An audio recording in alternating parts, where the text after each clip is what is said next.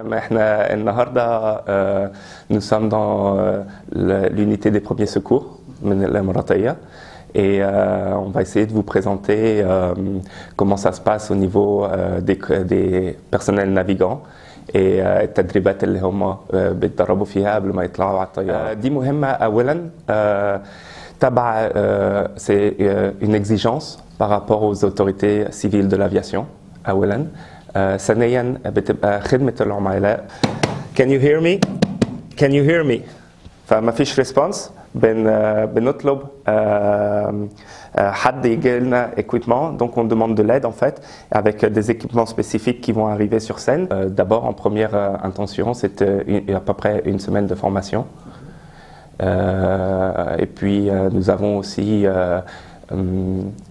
كل سنة برضو تدريبات لازمة لكل طاقم الطائرة. Des soins premiers secours par rapport aux exigences que le personnel navigant peut approcher dans les avions, c'est-à-dire c'est surtout des maladies soudaines et aussi des blessures et des réanimations cardiaques sur lesquelles on les entraîne aussi, on les forme.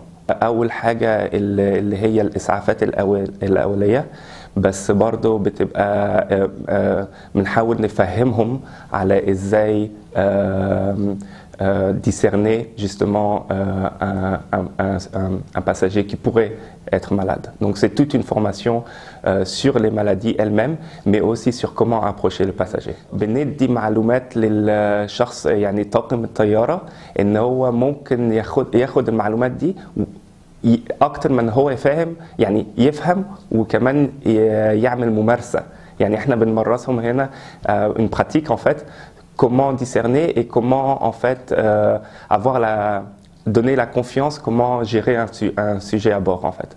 C'est toute une formation en fait, pas seulement sur les connaissances des maladies et tout ça, mais aussi sur comment approcher, encore une fois je me répète un peu, mais comment approcher et comment comment dire, je pourrais dire donner de l'assurance en fait aux passagers, parce que comme vous dites il y a beaucoup ça peut être le mal de l'air aussi par exemple qui est très commun et en fait c'est toute une formation sur comment mettre en confiance les passagers par rapport à ça, parce que ça fait partie justement des premiers secours aussi. واحنا عندنا معدات طبية يعني je dirais aussi il surpasse les exigences minimum fournies de l'aviation civile, de l'autorité de l'aviation civile, c'est-à-dire que ces kits surpassent ça et ces kits-là permettent, ces kits médicaux que nous avons à bord, permettent aussi à notre personnel navigant de pouvoir faire face aux situations à bord par rapport aux premiers secours aussi. Les incidents sont proportionnels en fait au nombre de passagers que nous avons. Et forcément, plus il y a de passagers et plus il y a un risque d'avoir justement des situations difficiles. Mais je peux vous dire qu'en général, les situations que nous avons les plus communes sont l'évanouissement, les problèmes gastro-intestinaux à bord, tels que le vomissement, la diarrhée, les nausées et tout ça.